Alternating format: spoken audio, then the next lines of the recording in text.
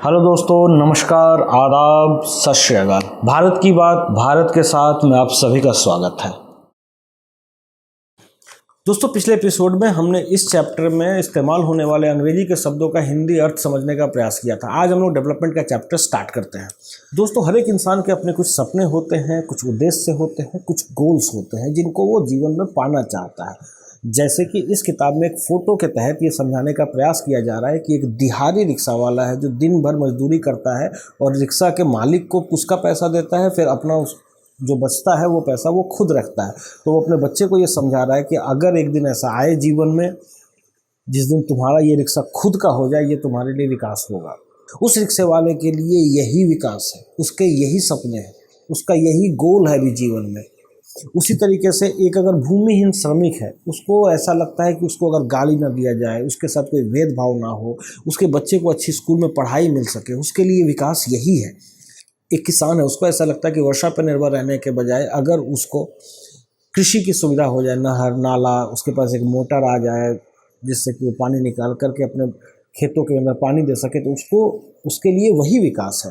उसी तरीके से एक ज़मींदार लड़की के लिए विकास का मतलब ये हो सकता है कि उसको घर में उसके भाई के बराबर ही समझा जाए। जिस स्कूल में उसका भाई जाता है उसी स्कूल में उस लड़की को भी भेजा जाए, तो उसके लिए विकास के यही मायने हो सकते हैं।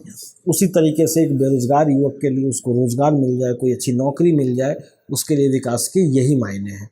तो इस तरह से हम ये समझते हैं कि हर एक इंसान के अपने अपने धारणाएं हैं और अपने अपने पर्सपेक्टिव्स हैं।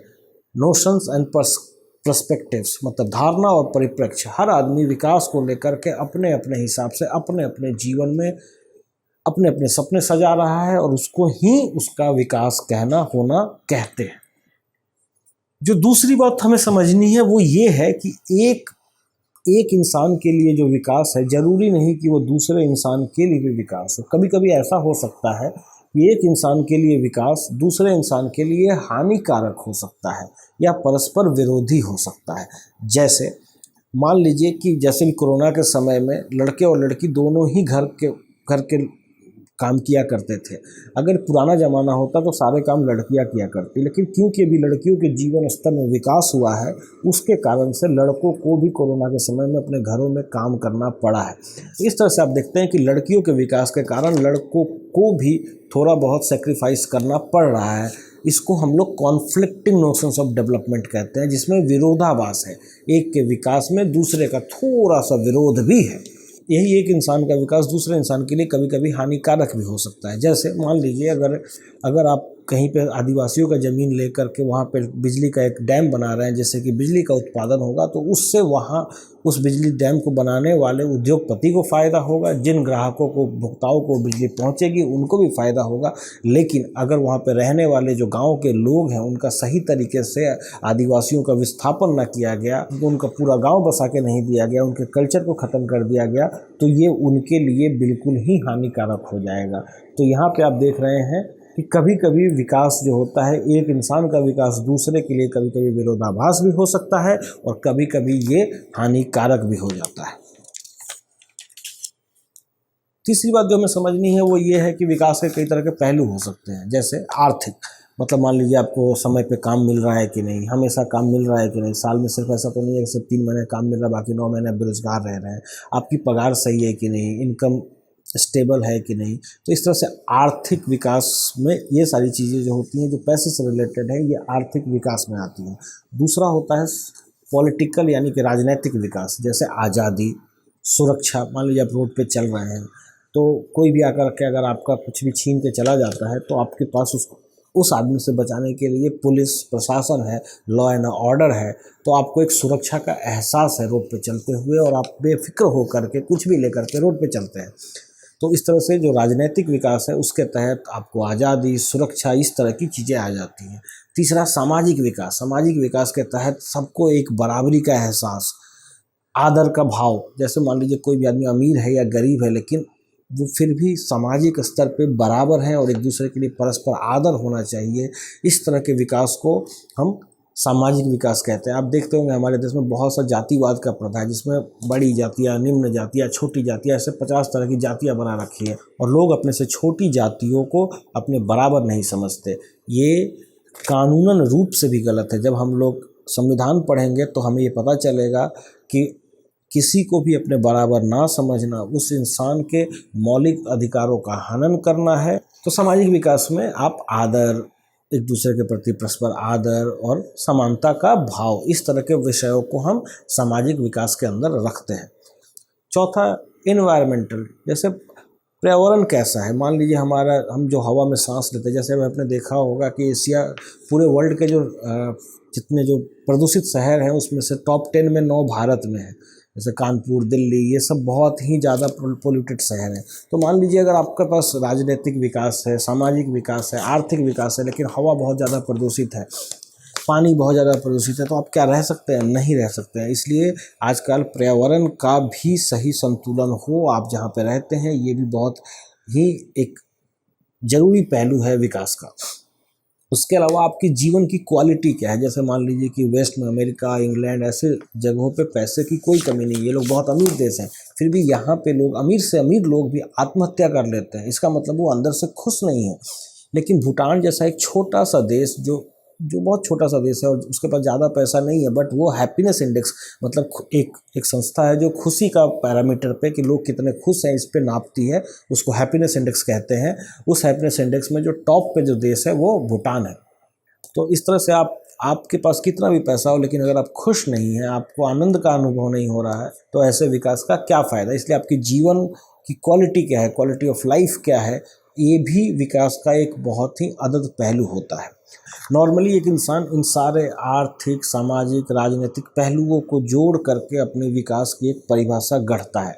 जैसे मान लीजिए कि अगर कहीं पर आपको 10,000 रुपये मिल रहे हैं और आदर का भाव मिल रहा है, आपको वहाँ पे हर कोई बराबर समझता है, कोई छोटा बड़ा तुच्छ नहीं समझता, और दूसरी जगह पे आपको 15,000 रुपये मिल रहे हैं, लेकिन वहाँ पे लोग आपको गाली देते हैं, इज्जत नहीं देते हैं, तो आप कहाँ नौकरी करेंगे? आप 15,000 वाली नौकरी नहीं करना पसंद करेंगे, आप 10,000 वाली नौकरी करना पसंद करेंगे। क्यों? क्योंकि भले ही वहाँ पे आपका आर्थिक विकास थोड़ा कम है, लेकिन आपका सामाजिक और राजनीतिक विकास अच्छे ढंग से हो रहा है, आप सम्मानपूर्वक जीवन जी पा रहे हैं। तो ऐसे समय में आप 10,000 वाली नौकरी करना पसंद करेंगे, ना कि वो 15,000 वाली नौकरी। Doctor B.R. अम्बेडकर का कहना था कि social development is much more crucial and important than political and economic development. मतलब कि सामाजिक उत्थान, सामाजिक विकास किसी भी इंसान के जीवन में उसके राजनीतिक और आर्थिक विकास से कहीं ज़्यादा जरूरी है, क्योंकि सामाजिक विकास के बाद ही एक इंसान समानता, आदर और स्वाभिमान के साथ अपना जीवन जी सकता है। और अगर उसके मन में स्वाभिमान, आदर, ऐसी चीज़ें ना हो, तो कितना भी पैसा हो, वो इंसान कभी भी अंदर से खुश नहीं रहेगा और समाज में एक आक्रोश अंदर अंदर पनपता रहेगा, जो बाद में समाज और देश के लिए बहुत ही नुकसानदेह होगा। इसीलिए B.R. अम्बेडकर का कहना था कि सामाजिक उत्थान, सामाजिक डेवलपमेंट आर्थिक और राजनीतिक डेवलपमेंट से भी ज़्यादा जरूरी है। और इसीलिए हमारे संविधान में आर्टिकल 14 के तहत हर किसी को भारत देश में बराबर माना गया है, और ये हम सब का मौलिक अधिकार है। कोई भी किसी को अपने से अगर तुच्छ समझता है, अपने से हीन समझता है, तो वो दूसरे व्यक्ति का मौलिक अधिकारों का हनन करता है। आप देखते होंगे अगर कोई किसी को SC ST कह देगा तो उसके ऊपर सीधा SC ST एक्ट लगता है और वो नॉन बेलेबल वारंट होता है। इसके पीछे कारण ये है कि आपने उसके मौलिक अधिकारों का हनन किया है, उसको अपने से तुच्छ समझा है। ये सब जब हम लोग संविधान पढ़ेंगे तो ज़्यादा बेहतर तरीके से समझेंगे। चौथी जो बात है, various aspects of development are interdependent and interrelated. ये जो अलग अलग पहलू हैं विकास के, ये आपस में परस्पर हैं और एक दूसरे पे अन्योन आश्रित हैं। इंटरडिपेंडेंट और इंटर रिलेटेड मतलब एक दूसरे से जुड़े हुए हैं और एक दूसरे पे आश्रित हैं।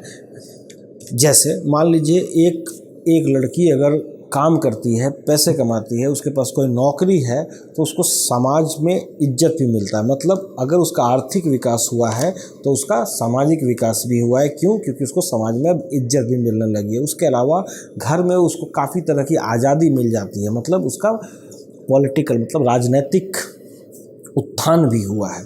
तो सिर्फ उसको नौकरी लगने के कारण उसको समाज में इज्जत भी मिली और घर के अंदर उसको आज़ादी भी मिली। तो उसका राजनीतिक उत्थान भी हुआ और सामाजिक उत्थान भी हुआ।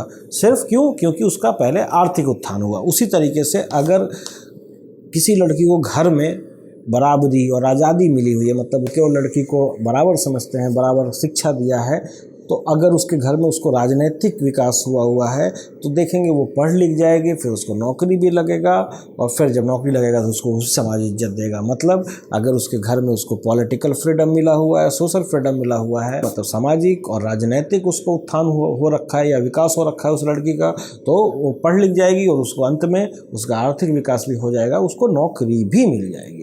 तो इस तरह से दोस्तों हमने ये समझ लिया है अभी तक कि विकास के कितने पहलू होते हैं। हर इंसान का विकास, किसी एक इंसान का विकास दूसरे इंसान के विकास के धारणा से बिल्कुल अलग हो सकता है। कभी कभी इन दोनों के बीच में विरोधाभास भी हो सकता है और कभी एक दूसरे के लिए हानिकारक भी हो सकते हैं। पांचवी बात जो समझनी है वो है राष्ट्र का विकास। अभी हमने समझा कि अलग अलग इंसान अपने जीवन के लिए अलग अलग सपने सजाता है और उन सपनों को, उन गोल्स को हम उसका विकास कहते हैं।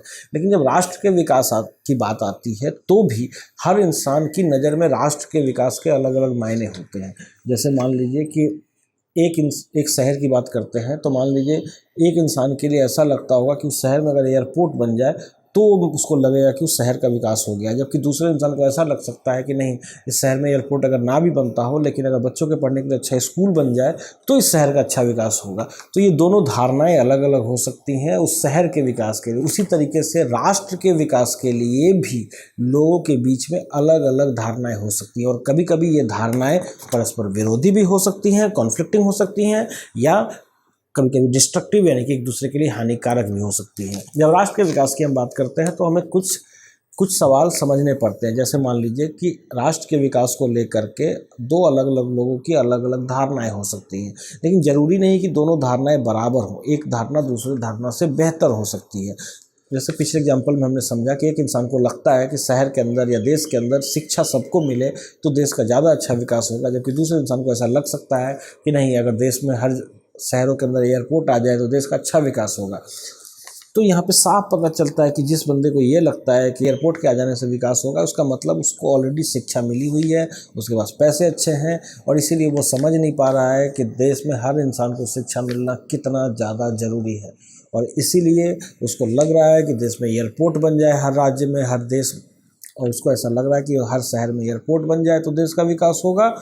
और उसका ये सोचना सही नहीं है। उससे ज़्यादा ज़रूरी देश के अंदर स्कूलों का बनना है ताकि हर इंसान को शिक्षा मिल सके। तो इस तरह से आप समझते हैं कि हर राष्ट्र के विकास को लेकर के जो अलग अलग धारणा है उसमें से हर धारणा बराबर नहीं होती है। उसमें से कुछ धारणा राष्ट्र के विकास के लिए ज़्यादा जरूरी है और कुछ कम जरूरी है। तो ये सबसे पहला पॉइंट, जब राष्ट्रीय विकास की बात हम करेंगे तो हमें समझना होगा। दूसरा ये है कि अगर आपस में विरोधाभास है तो उन विरोधाभासों को हम सॉल्व कैसे करते हैं, उनको सुलझाते कैसे हैं। क्या हम उसके लिए लड़ेंगे या हम एक डेमोक्रेटिक पॉलिटिकल प्रोसेस के थ्रू इसको सॉल्व करेंगे। डेमोक्रेटिक पॉलिटिकल प्रोसेस मतलब राजनीतिक लोकतांत्रिक प्रक्रिया, इसके बारे में पिछले एपिसोड में हमने बेहद अच्छे तरीके से आपको समझाया है कि लड़ करके देश और राज्य का कोई भी समस्या का समाधान नहीं हो सकता है। वो हमेशा बात करके और एक तार्किक डिस्कशन के थ्रू ही हो सकता है। तीसरी बात जो समझनी है कि क्या सभी के लिए एक फेयर एंड जस्ट, फेयर मतलब निष्पक्ष और जस्ट मतलब न्यायप्रिय, तो क्या पूरे देश में रहने वाले सभी लोगों के लिए एक न्यायप्रिय और निष्पक्ष व्यवस्था बनाई जा सकती है क्या? मान लीजिए जो लोग बहुत पढ़े लिखे हैं, जो बहुत अमीर हैं, ऐसे लोग तो अपना उत्थान कर लेंगे, लेकिन समाज में अगर राष्ट्र में कोई भी इंसान पीछे छूट रहा है तो राष्ट्र का उत्थान नहीं हो सकता है। राष्ट्र का उत्थान करने के लिए आपको राष्ट्र में रहने वाले हर एक इंसान का उत्थान करना होगा और इसके लिए हमें एक फेयर एंड जस्ट सिस्टम बनाना होगा, मतलब न्यायप्रिय और निष्पक्ष व्यवस्था कायम करनी होगी, जिसके तहत कम से कम, जैसे भारत देश के अंदर हम इतना मान के चलते हैं हम लोग कि एक न्यायप्रिय और निष्पक्ष व्यवस्था का मतलब कम से कम इतना है कि हर इंसान को रोटी, कपड़ा, मकान और उचित सम्मान मिले। ये चार चीज़ें भारत देश के अंदर ऐसा माना जाता है कि अगर आपको न्यायप्रिय और निष्पक्ष व्यवस्था कायम करनी है तो हर इंसान को कम से कम ये चार चीज़ आपको उपलब्ध कराना ही होगा। चौथी जो जरूरी बात होती है राष्ट्रीय विकास में कि क्या जो काम हम कर रहे हैं उसको करने का कोई बेहतर तरीका भी हो सकता है। Is there better way of doing things. जैसे मान लीजिए कि कचरा प्रबंधन, वेस्ट मैनेजमेंट, कि आज हम कचरा कहीं पे ले जाके रख दे रहे हैं, उसको सही तरीके से ठिकाने नहीं लगा रहे, तो क्या उसको करने का बेहतर तरीका हो सकता है? बिल्कुल हो सकता है। तो कैसे करना है, उन तरीकों को कैसे ढूंढना है, उसको पैसे कैसे फिर ज़मीन पे लेके आना है। तो ये सारी चीज़ें कि किसी भी काम को करने का क्या कोई बेहतर तरीका हो सकता है, और अगर हो सकता है तो उस तरीके को ढूंढना और उस काम को फिर उस अच्छे तरीके से करना। ये चौथी बात होती है जिसके ऊपर हमें विचार विमर्श करना होता है जब हम राष्ट्रीय विकास की बात करते हैं।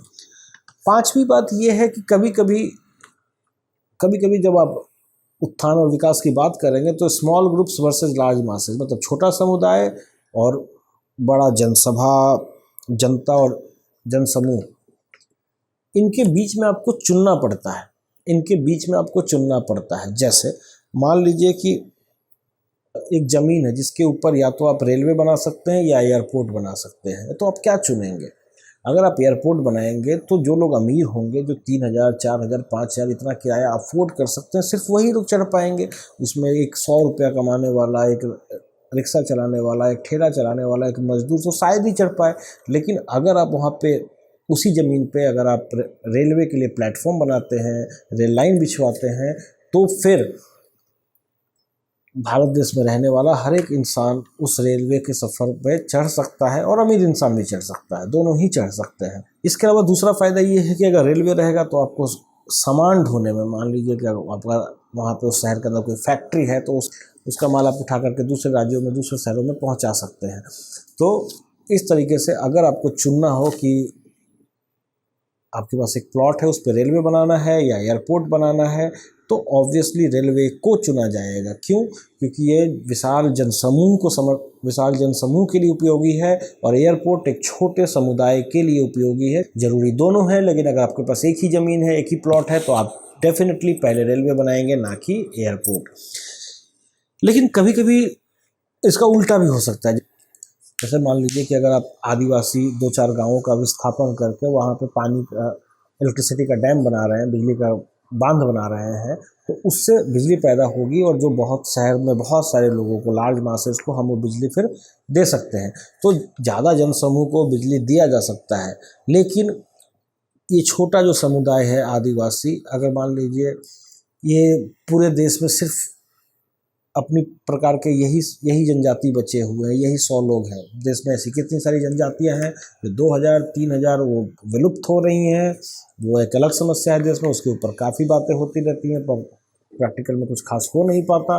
तो ऐसी अगर विलुप्त होती प्रजाति है और उनको डिस्प्लेस करना पड़ रहा है, या फिर अगर आप उनका विस्थापन कर रहे हैं लेकिन कानूनी तरीके से नहीं कर रहे हैं, सिर्फ पैसे देकर उनको भगा दे रहे हैं, उनके गांव को उजाड़ दे रहे हैं, तो छोटे जन समुदाय का भी अगर आप हानि पहुंचा रहे हैं और हानि काफ़ी ज़्यादा पहुंचा दे रहे हैं, तो आप ये काम भी नहीं कर सकते हैं। और इसीलिए पब्लिक इंटरेस्ट, ये सारी बात अब तब बेहतर तरीके से समझेंगे जब आप लोक हित यानी कि पब्लिक इंटरेस्ट को समझेंगे। पब्लिक इंटरेस्ट प्रशासन का विषय है। इसके तहत 90% केसेज में, 90% केसेज में आप हमेशा जन समुदाय के लिए जो ज़्यादा ज़रूरी होता है वो करते हैं, लेकिन आप कभी भी छोटे समुदाय का भी उतना हानि नहीं कर सकते हैं कि फिर वो उसके लिए जीना ही मुश्किल हो जाए। उस छोटे समुदाय को भी बचाना या उस एक आदमी को भी बचाना, ये भी लोकहित में उतना ही ज़्यादा ज़रूरी होता है। और अगर आप आदिवासी विस्थापन कर रहे हैं तो आप उचित और कानूनी तरीके से करें, ये तो बेहद ज़्यादा ज़रूरी है। इसके बारे में हमने पिछले एपिसोड में डिस्कस भी किया है। तो दोस्तों, राष्ट्रीय विकास इन्हीं सवालों, ये जो 4-5 तरीके के सवाल हमने अभी उठाए हैं, राष्ट्रीय विकास में हम इन्हीं 4-5 तरीके के सवालों के ऊपर विचार विमर्श करते हैं, डिस्कशन, डिबेट, डिस्कोर्स करते हैं और फिर रास्ता निकालने की कोशिश करते हैं और फिर उस रास्ते पे आगे बढ़ते हैं।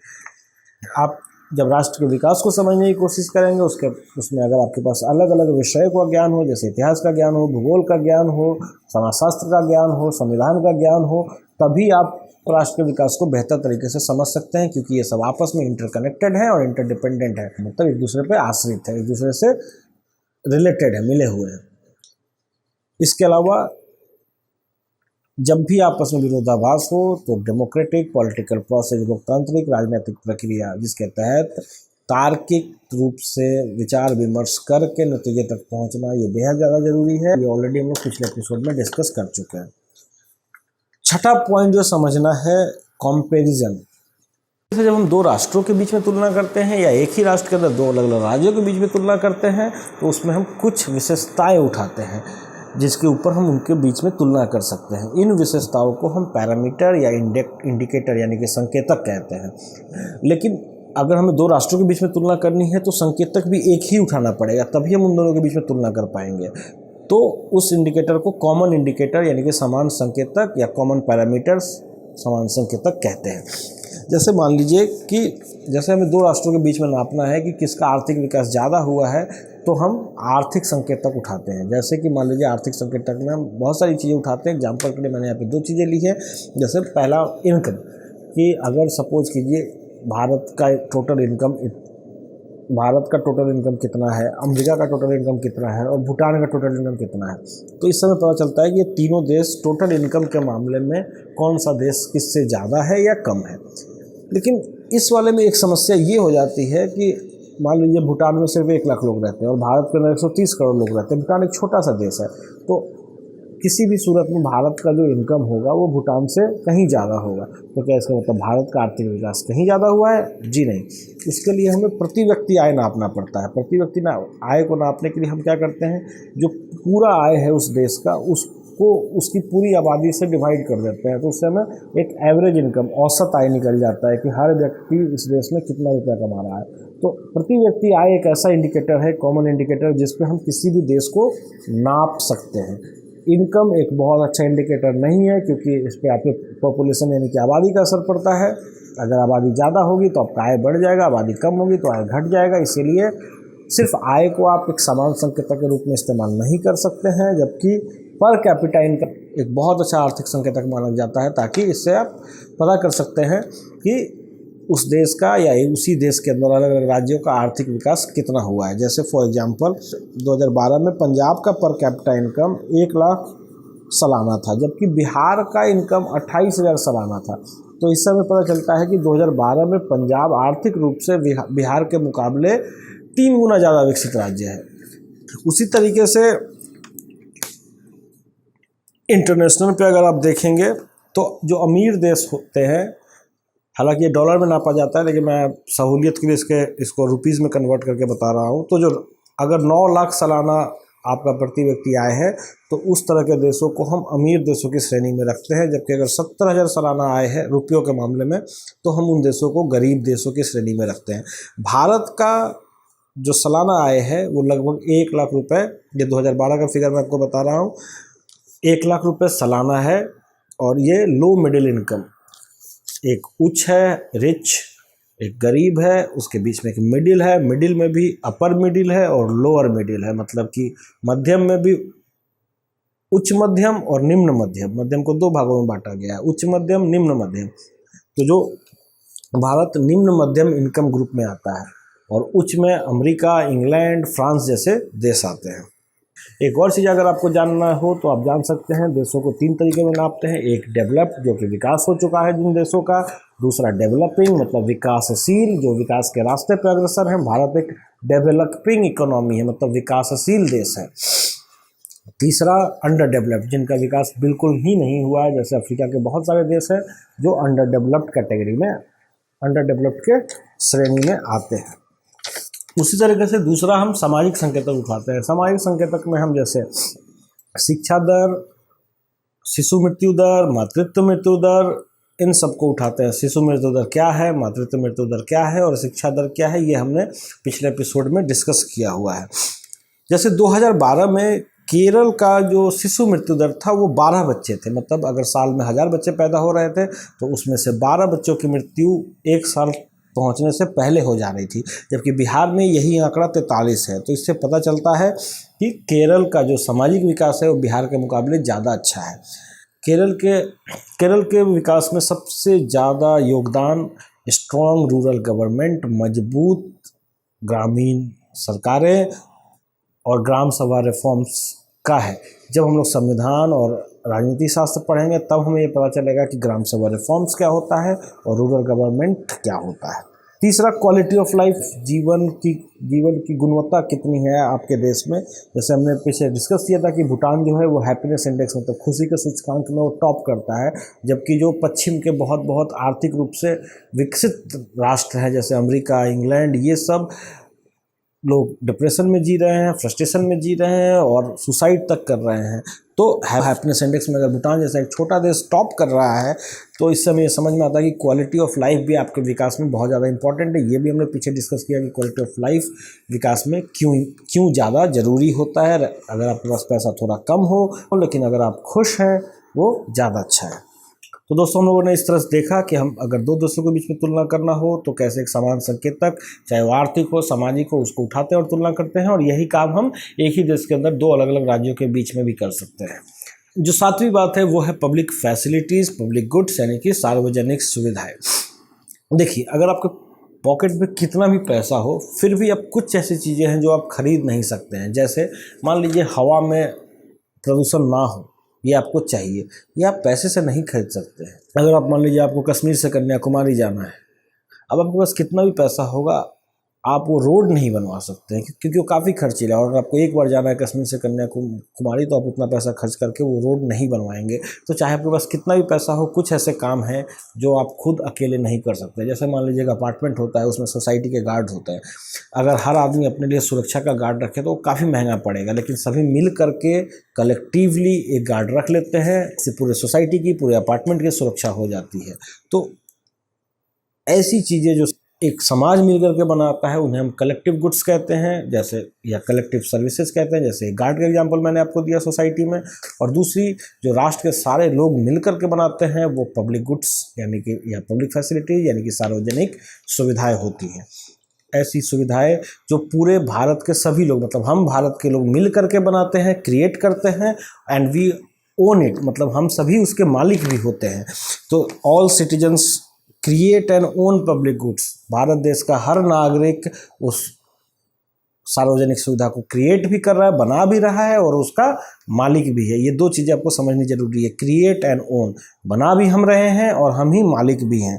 जैसे कि मान लीजिए रोड, दोस्तों सार्वजनिक सुविधाओं यानी कि पब्लिक फैसिलिटीज़ के दो इम्पॉर्टेंट फीचर्स होते हैं, मतलब दो विशेषताएं होती हैं किसी भी सार्वजनिक सुविधा में।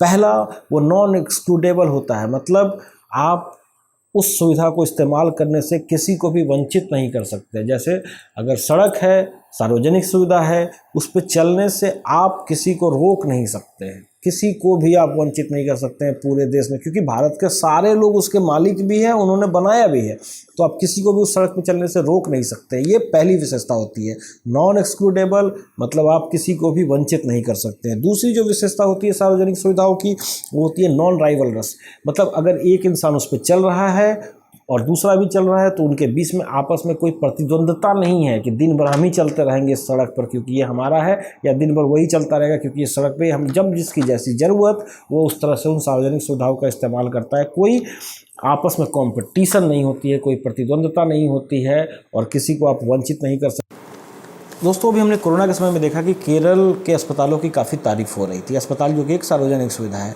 उसके अलावा आपने देखा होगा केरल में साक्षरता दर भी काफ़ी ज़्यादा है। इसका सबसे बड़ा कारण ये है कि वहाँ पे स्ट्रॉन्ग रूरल गवर्नमेंट है और बहुत ही मजबूत ग्राम सभा है, जो मैंने अभी आपको पीछे समझाया। उसके अलावा वहाँ पे पढ़े लिखे नागरिक बहुत ज़्यादा हैं। तो नागरिक और ग्राम सभा रिफॉर्म और स्ट्रॉन्ग रूरल गवर्नमेंट, इन तीनों के मिलने के कारण केरल का जो सार्वजनिक सुविधा है उसका स्तर देश में बाकी राज्यों के मुकाबले में कहीं ज़्यादा अच्छा है। इसके बारे में जब हम राजनीति शास्त्र पढ़ेंगे और संविधान पढ़ेंगे तो और ज़्यादा बेहतर तरीके से समझेंगे। जो आठवीं बात है और काफ़ी ज़रूरी बात है जो हमें समझना है वो है सस्टेनेबल डेवलपमेंट यानी कि सतत विकास। एक कोट मैं आपको बताना चाहूँगा, वो कोट है कि द अर्थ, पृथ्वी, we don't inherit from our ancestors, हम अपने पूर्वजों से कोई विरासत में नहीं मिला है, but we borrow it from our childrens, बल्कि हमें आने वाले अपने बच्चों से उधार में मिला हुआ है। ये कोट कहना ये चाहता है कि पृथ्वी हमें जिस हालत में मिली है, हम इसके कोई मालिक नहीं है, इसको अगले जनरेशन तक, आने वाली पीढ़ी तक उसी हालत में कम से कम पहुंचा देना ये हम सब की जिम्मेवारी है। मतलब अगर इसको हम और खूबसूरत नहीं बना सकते हैं तो कम से कम इसको बर्बाद नहीं करना है। जिस हालत में हमारे पूर्वजों ने हमें दिया है उसी हालत में हमें अपने आने वाले जनरेशन्स को, कमिंग जनरेशन्स को उस पृथ्वी को पहुँचाना है, उनको उनके हाथों में देना है। जैसे आप एग्जाम्पल के लिए देखिए कि पर्यावरण की जो हालत है वो बहुत ज़्यादा ख़राब हो रही है। एयर पोल्यूशन बढ़ रहा है, नदियों का प्रदूषण बढ़ रहा है। अगर ये सारा प्रदूषण रहा तो आने वाले बच्चे बिना शुद्ध हवा के, बिना शुद्ध पानी के जिएंगे। और ये फिर इस जनरेशन का फेलियर होगा कि हमने जो विकास देखा है, हमने जो पृथ्वी पे जीवन जिया है, वो आने वाले जनरेशन को नसीब ना हो, तो उसके लिए हम सभी जिम्मेवार होंगे। पृथ्वी पे दो तरह के संसाधन पाए जाते हैं। एक ऐसे संसाधन होते हैं जिनको पृथ्वी बहुत जल्दी वापस दे देती है, जैसे कि पानी, सनलाइट, रिन्यूएबल रिसोर्सेज। ये अक्षय संसाधन है। इन संसाधनों का इस्तेमाल अगर हम कितना भी करेंगे तो जल्दी खत्म नहीं होने वाला है। हालांकि खत्म तो पानी भी हो जाएगा, बट आप कितना भी इस्तेमाल करें तो पानी इतनी जल्दी खत्म नहीं हो सकता। लेकिन कुछ ऐसे संसाधन हैं जो बहुत तेज़ी से ख़त्म होते हैं, क्योंकि उनको बनाने में पृथ्वी को सैकड़ों साल लगते हैं। जैसे कि मान लीजिए कोयला। आज जो जंगल है वो जंगल, जी ये जब हम ज्योग्राफी पढ़ेंगे और इकोलॉजी पढ़ेंगे तब समझेंगे कि आज जो जंगल है, ये जंगल किसी समय मान लीजिए भूकंप आ जाए, प्रलय आ जाए, तो ये जंगल ज़मीन के नीचे चला जाएगा। उस जंगल के साथ साथ उसमें पेड़ पौधे, जीव जंतु है, वो सब चले जाएंगे। उनके अंदर कार्बन होता है और कई मिलियन मतलब लाखों सालों के बाद यही कार्बन फिर बदल करके कोयला या तेल में तब्दील हो जाता है। तो इस तरह के संसाधनों को बनाने में पृथ्वी को काफ़ी समय लगता है और इसलिए वो जल्दी वापस नहीं कर सकती। तो ऐसे संसाधनों को हम मतलब कि ख़त्म हो जाएगा बहुत जल्दी अगर हमने इसको तरीके से इस्तेमाल नहीं किया। तो 6 संसाधन यानी कि नॉन रिन्यूएबल रिसोर्स कहते हैं। जैसे कि मान लीजिए जो आज जितना भी तेल है, कच्चा तेल है पृथ्वी के पास, अगर हम जिस रफ्तार से आज हम खर्च कर रहे हैं, अगर हम उसी रफ्तार से खर्च करते रहेंगे तो आने वाले 50 सालों में, ये 50 से 60 सालों में ये तेल खत्म हो जाएगा। तो जो 6 संसाधन हैं हमें उनका इस्तेमाल कम करना चाहिए, ना कि बहुत ज़्यादा करना चाहिए। और जो अक्षय संसाधन हैं हमें उनका इस्तेमाल भी सोच समझ के करना चाहिए। पृथ्वी को जितना हरा भरा और स्वस्थ रखेंगे हम सबके लिए बेहद अच्छा रहेगा। अगला जो इम्पोर्टेंट टॉपिक हमें समझना है वो है इन्वायरमेंटल डिग्रेडेशन, पर्यावरणीय दुर्दशा। जो पर्यावरण है इसकी दुर्दशा दिन प्रतिदिन बढ़ती जा रही है। जैसे अभी आपने ग्लोबल वार्मिंग सुना होगा। ग्लोबल वार्मिंग ये है कि पृथ्वी का जो टेम्परेचर है ओवरऑल बढ़ता जा रहा है। आप देख रहे होंगे कि गर्मी बहुत तेज़ी से बढ़ रही है क्योंकि पृथ्वी का तापमान बढ़ रहा है। ग्लोबल वार्मिंग को समझने के लिए फिर जब हम ज्योग्राफी पढ़ेंगे तो हम समझेंगे कैसे हवा के अंदर CO2 का मात्रा बढ़ रहा है और कैसे एक परत होती है, हवा की 4-5 परतें हैं जो पृथ्वी को प्रोटेक्ट कर रही हैं सनलाइट से। पूरी गर्मी पृथ्वी पे आ नहीं पाती है, जिसके कारण हम पृथ्वी पर आसानी से अपना जीवन जी पाते हैं। लेकिन ग्लोबल वार्मिंग के चलते बहुत तेज़ी से पृथ्वी का तापमान बढ़ रहा है। इसके अलावा जंगल में आग की खबरें आए दिन आती रहती है। हालांकि मीडिया में इन खबरों पर ज़्यादा डिस्कशन नहीं होता क्योंकि लोग इनको समझते नहीं और इन पर TRP नहीं मिलती। लेकिन आप देखिए कि अमेजन के रेन फॉरेस्ट में आग लगाई है। अभी आपने आरे के फॉरेस्ट में आग नहीं लगा, लेकिन उसको बचाने के लिए एक अभियान चला, क्योंकि जो लोग समझ रहे हैं कि अगर पेड़ों को आप इसी रफ्तार से काटते जाओगे तो पेड़ ऑक्सीजन देते हैं। अगर अमेजन रेन फॉरेस्ट, उसको पृथ्वी का लंग कहा जाता है। जैसे हर इंसान का फेफड़ा होता है उसी तरह से पृथ्वी का फेफड़ा कहा गया है अमेजन के जंगलों को, जो कि बहुत तेज़ी से कट रहा है। और उसमें एक तो लोग काट भी रहे हैं, उसके अलावा जंगली आग भी बहुत तेज़ी से फैल रहा है। तो अगर एक ऐसा समय आएगा जब ऑक्सीजन की मात्रा बहुत कम हो जाएगी पृथ्वी पे, फिर बिना ऑक्सीजन के कोई भी जीव जंतु इस पृथ्वी पे जिंदा नहीं रह सकता। और ये बातें हमें समझनी पड़ेगी और इस पर एक जन क्रांति और जन जागरण भी फैलाना होगा। इसके अलावा आप देखिए प्लास्टिक ऐसा वेस्ट है जो कभी ख़त्म नहीं होता। आप प्लास्टिक को कितना भी कहीं पे भी रख दो, करोड़ों साल तक पड़ा रहेगा, वो वैसा ही रहेगा। जैसे मान लीजिए एक पेड़ को अगर आप छोड़ दीजिए ज़मीन के ऊपर, वो कुछ सालों के बाद वो पेड़ फिर मिट्टी और इन कार्बन और इन अलग अलग चीज़ों में टूट जाता है। लेकिन प्लास्टिक कभी टूटता नहीं। सारे प्लास्टिक जा कर के कुछ जगहों पर समुद्र में जमा हो रहे हैं, जो मैंने पिछले एपिसोड में आपको समझाया है। वो भी एक तरह से एक पर्यावरण की दुर्दशा है। उसके अलावा आप नदियों में, हवाओं में इतना जो केमिकल उड़ रहा है, गाड़ियाँ चला रहे हैं, फैक्ट्रीज, कंस्ट्रक्शन एक्टिविटी के कारण डस्ट, मिट्टी कोड़ करके कंस्ट्रक्शन एक्टिविटीज़ में लगा रहे हैं। तो पूरी तरह से हम पृथ्वी का बहुत ही बुरी दुर्गति के साथ पृथ्वी का एक्सप्लॉयटेशन कर रहे हैं और इसके तहत पृथ्वी का जो पर्यावरण का दुर्दशा है वो बहुत तेज़ी से बिगड़ रहा है। जैसे अभी आप देखिए कि कोरोना आया, तो कोरोना के समय में आप मास्क लगा के घूम रहे हैं। उसके बाद अभी ओजोन लेयर बहुत तेज़ी से डिप्लीट हो रहा है। उसके अलावा अभी आप न्यूज़ में सुन रहे हो कि पृथ्वी का जो मैग्नेटिक पोल है, जो चुंबकीय उसका जो पोल है, वो भी बहुत तेज़ी से खिसक रहा है। और वो खिसकेगा तो उसके अलावा फिर आपको कैंसर रेज और इस तरह के बहुत अलग अलग तरह के खतरे पैदा होते हैं। फिर आप हाथ में कैंसर से बचने के लिए हाथ में मास्क लगाइए, गर्दन में मास्क लगाइए, चेहरे में मास्क लगाइए और बाहर निकल के फिर घूमिए और बताइए आपके पास कितना पैसा है और आपने कितना विकास किया है। विकास बहुत ज़्यादा ज़रूरी है कि वो सतत विकास हो, पृथ्वी के साथ हो, ना कि पृथ्वी के खिलाफ। क्योंकि अगर पृथ्वी के आप खिलाफ जाएंगे तो पृथ्वी ने डायनासोर को भी नहीं छोड़ा था, प्रकृति किसी को नहीं छोड़ती। और आज इंसानों के ऊपर आज इंसानों के ऊपर ये जिम्मेवारी है कि वो पृथ्वी को बचाएं। क्योंकि आप इकोलॉजी पढ़ेंगे तो आपको पता चलेगा कि अभी 6th मास एक्सटिंक्शन चल रहा है। मतलब मास एक्सटिंक्शन ये होता है कि जब पृथ्वी पर बहुत सारी प्रजातियां एक साथ बहुत तेजी से विलुप्त होती है, और ऐसा पृथ्वी पे 5 बार हो चुका है और ये छठा अभी चल रहा है। और इस छठा में सबसे खतरनाक बात यह है कि पहले 5 पृथ्वी में अपने कारणों से हुए थे, बट ये पहला ऐसा है मास एक्सटिंक्शन जहाँ पे बहुत सारी प्रजातियां विलुप्त होने वाले हैं जो इंसानों के कारण है। ह्यूमन इंड्यूस्ड मास एक्सटिंक्शन है। साइंटिस्ट इसके बारे में बोल बोल कर थक गए हैं, कोई सुन नहीं रहा है, लेकिन आने वाले समय में अगर हमने इस पे संभाला नहीं और पर्यावरण की दुर्दशा को नहीं संभाला तो हम सब इस पर्यावरण की दुर्दशा को झेलेंगे। अलग अलग तरह की बीमारियां, और ये मास्क, और ये आप कितना भी लगाइए, अभी कोरोना चला जाएगा लेकिन आप क्या कर लेंगे, फिर कोरोना के बाद कोई दूसरा वायरस आ जाएगा। अभी एम्स के डॉक्टर का ऐसा कहना है कि दिल्ली में रहने वाला हर इंसान कम से कम 50 से 60 सिगरेट पी रहा है, और जब वो अगर किसी का ऑपरेशन करते हैं, हार्ट का ऑपरेशन, तो देखते हैं सभी के फेफड़े काले हो चुके हैं। तो आने वाले समय में 5 से 10 सालों के बाद आपको कैंसर, अलग अलग तरह की डिजीजेज, फेफड़ा और ये सब बहुत तरह की प्राकृतिक आपदाएं हम सबका इंतजार कर रही हैं। बाढ़, पर्यावरण बहुत तेजी से गर्म हो रहा है, पृथ्वी गर्म हो रहा है, तो उसके कारण हिमालय पिघल रहा है, और हिमालय पिघलने के कारण जो नदियों का जल स्तर बढ़ेगा, और फिर इधर हिमालय और इधर विंध्याचल और सतपुरा की पहाड़ी, और बीच में ये पूरा गैंजेटिक प्लेन, इंडस प्लेन और ब्रह्मपुत्रा प्लेन है, और ये खाली जगह है और इस पे बहुत तेजी के साथ, और ये खाली जगह है और ये समतल जगह है, और यहाँ पे बाढ़ का पानी बहुत ज़्यादा प्रकोप फैलाएगा। तो ये सब जब हम लोग इकोलॉजी पढ़ेंगे तो समझेंगे कि पर्यावरण की दुर्दशा अभी किस हालत पे है और इसको बचाना कितना ज़्यादा ज़रूरी है। जो लोग समझ रहे हैं वो इसके लिए बहुत आवाज़ उठा रहे हैं, इसके लिए साइंटिस्ट चिल्ला रहे हैं, लोग आंदोलन कर रहे हैं, लेकिन आम जनमानस को ये बात पता नहीं है। और जब तक आम जनमानस इसके ऊपर जन आंदोलन नहीं करेगी तब तक कोई भी सरकारें सुनने वाली नहीं है और इसके ऊपर कोई काम नहीं करने जा रही हैं, जिसके कारण हम पृथ्वी को बचा सकें। दूसरी बात जो पर्यावरण दुर्दशा की है वो ये है कि ये कभी भी नेशनल बाउंड्रीज नहीं जानता। जैसे मान लीजिए कि अगर हवा में प्रदूषण है, नदियों में प्रदूषण है, तो फिर अगर हवा में प्रदूषण है तो ये भारत में भी रहेगा, पाकिस्तान में भी रहेगा, चाइना में भी रहेगा, अमेरिका में भी रहेगा। अगर नदियों का बाढ़ आएगा तो पाकिस्तान में भी आएगा, जैसे अभी आप देख रहे होंगे अभी चाइना में भी बाढ़ आया हुआ है, भारत में भी बाढ़ आया हुआ है, उसके अलावा अमेरिका में भी देख रहे होंगे। तो अलग अलग तरह के साइक्लोन्स आ रहे हैं और बहुत तेज़ी से हर सालों के रिकॉर्ड तोड़ रहे हैं। और अभी बस ये टीजर है, ये धीरे धीरे बढ़ता जाएगा। इस पर साइंटिस्ट सालों से चिल्ला रहे हैं, लेकिन हम एक तो इसके बारे में सुनना नहीं चाहते हैं, हमें एंटरटेनमेंट अच्छा लगता है, और अगर हम सुनना चाहते भी हैं तो फिर कुछ स्टेप नहीं लेना चाहते हैं।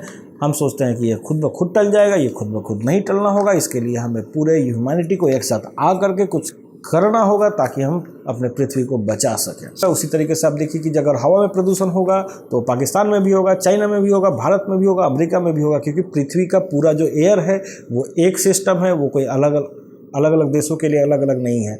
तो पर्यावरणीय दुर्दशा के लिए आपको सबसे बड़ी बात, ये दूसरी इंपॉर्टेंट चीज़ ये समझनी है कि ये इसका पूरी पृथ्वी एक है। इस पर आप अपने सुविधा के लिए जो अपने नेशन के बाउंड्रीज बना रखे हैं, देशों के बाउंड्रीज बना रखे हैं, इसका कोई रोल, इससे कोई फ़र्क नहीं पड़ता है। अगर आपदा एक जगह आएगी तो वो दूसरी जगह भी आएगी। उसी तरीके से आप देखिए बाढ़, भूकंप, वाइल्ड फायर, साइक्लोन्स, ये सारे आप देखिए पृथ्वी पे हर देश अभी के समय में इन सारी तरह की प्राकृतिक आपदाओं से गुजर रहे हैं। और इन आपदाओं का सबसे बड़ा कारण आज के समय में पर्यावरण की दुर्दशा है, जो ह्यूमन इंड्यूस्ड है, मतलब मानव के द्वारा निर्मित किया गया संकट है। ये सब आप न्यूज़ में सुनते रहते होंगे कि मानवीय कारणों से हो रहा है, मानव निर्मित है, लेकिन अगर जब हम लोग इकोलॉजी पढ़ेंगे तो हम लोग और बेहतर तरीके से समझेंगे कि क्यों मानव द्वारा निर्मित है। ये हमने खुद ही अपने लिए एक छठा human induced 6th mass extinction के फेज से गुजर रहे हैं, और इसके लिए सिर्फ ह्यूमंस जिम्मेवार हैं, इसके अलावा कोई भी नहीं। तो इस तरीके से हमने ये समझा कि पर्यावरण की दुर्दशा को भी बचाना हमारे विकास का एक लक्ष्य है, क्योंकि उसको बचाए बिना अगर आपके पास कितना भी पैसा है, लेकिन अगर आप मास्क लगा के घूम रहे हैं, अगर आप सांस नहीं ले पा रहे हैं ढंग से, अंदर से चिड़चिड़ा हो जाता है इंसान। मास्क आप लगाइए, बिल्कुल अच्छा नहीं लगता है, सांसें फूलने लगती हैं। तो क्या फ़ायदा फिर इन पैसों का और इन सुख सुविधाओं का, अगर आप शुद्ध हवा शुद्ध पानी नहीं मिल रहा है। हमें इंसानों को समझना होगा, मंगल ग्रह पे दूसरे ग्रह पे जाके करोड़ करोड़ के मिशन खर्च करते हैं जिस पे कि एक बूंद पानी का पता चल जाए, लेकिन हम कभी भी जो इतना पानी ऊपर वाले ने हमें दे रखा है उसकी कदर नहीं करते। नेचुरल रिसोर्सेज को बहुत गंदे तरीके से वेस्ट करते हैं, घर में हर जगह हम लोग वेस्ट करते हैं और हमें एहसास भी नहीं है।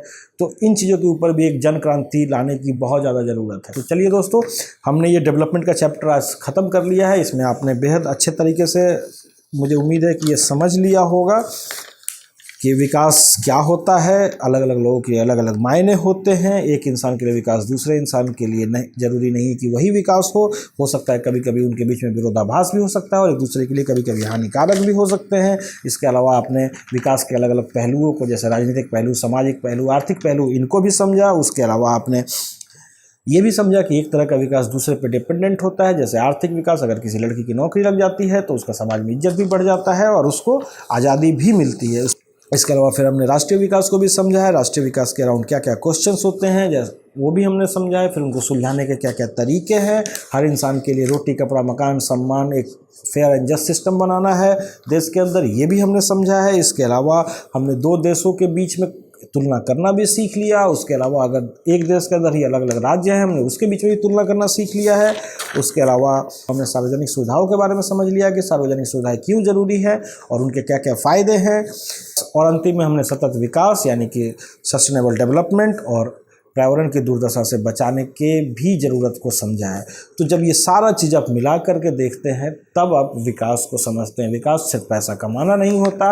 आज आपका ये कॉन्सेप्ट, मुझे उम्मीद है अगर हमने ये पूरा ख़त्म कर लिया इस चैप्टर के बाद, मुझे उम्मीद है कि आपको पूरी तरह से विकास के बारे में हर पहलू समझ में आ गया होगा। और अब आप डेवलपमेंट के ऊपर अगर आप कोई भी न्यूज़ सुनेंगे तो आप पाएंगे कि वो इन सब चीज़ों में से कहीं ना कहीं जा कर के फिट हो जाएगा, इन्हीं के अराउंड बात हो रही होगी। लेकिन क्योंकि ये बेसिक छोटा सा नॉलेज हमें नहीं होता है तो हम न्यूज़ को सही तरीके से समझ नहीं पाते हैं। फिर न्यूज़ जो भी हमें बताता है वही सुनते रहते हैं, हम अच्छी तरह से उस न्यूज़ का आकलन नहीं कर पाते हैं। लेकिन अब इस ज्ञान के बाद आप विकास के ऊपर कोई भी न्यूज़, कोई भी परिचर्चा, कोई भी डिस्कशन, कोई भी डिबेट सुनेंगे तो आप, हो सकता है कि हम उतने ज्ञानी नहीं हुए हो लेकिन उनको समझने के लायक हम सभी हो चुके हैं। आप सबका बहुत बहुत धन्यवाद। जय हिंद, वंदे मातरम।